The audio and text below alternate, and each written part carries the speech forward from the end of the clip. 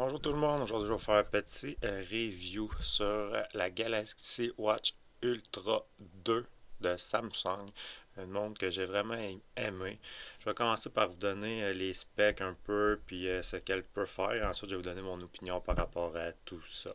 Premièrement, elle a un boîtier en titane grade 4, un verre saphir, ce que j'aime vraiment beaucoup parce que c'est très résistant.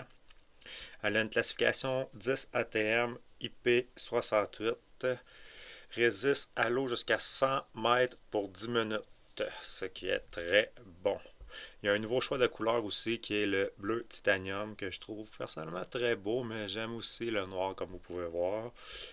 Ensuite, on a un processeur Exynos W1000 avec 2 GB de RAM pour une interface très fluide. On a aussi un double de stockage par rapport à la Watch Ultra d'avant qui est de 64 GB maintenant, ce qui est très très bon.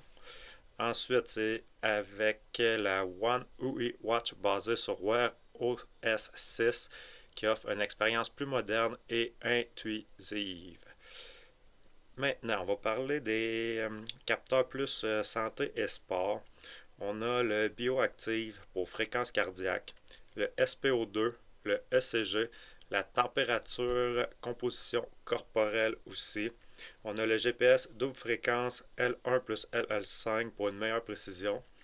Une fonction de coaching, running coach incluse via le logiciel, ce que j'aime vraiment beaucoup. C'est tu peux vraiment traquer tout ce qui est training, qui est très très très bon. Maintenant, l'autonomie, c'est une batterie de 590 mAh avec jusqu'à 100 heures en mode économie d'énergie. Le support de charge sans fil, 10 watts. C'est quand même pas si peu, mais ça pourrait être mieux selon moi.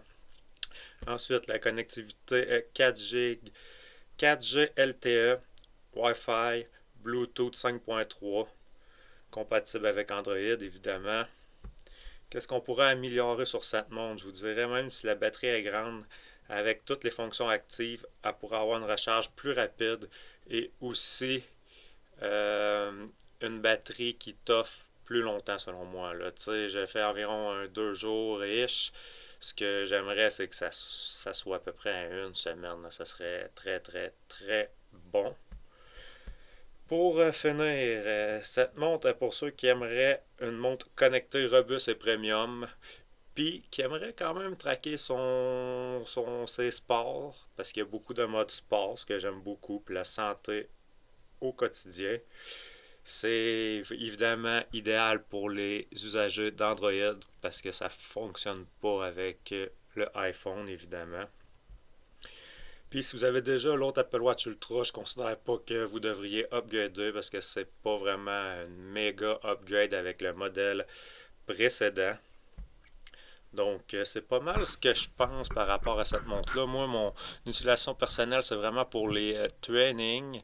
J'aime vraiment, vraiment m'entraîner avec cette montre-là. Pour vrai, j'ai eu aucun problème. Là. Je la compare à ma Garmin, si on veut, au niveau tracking, puis GPS et tout.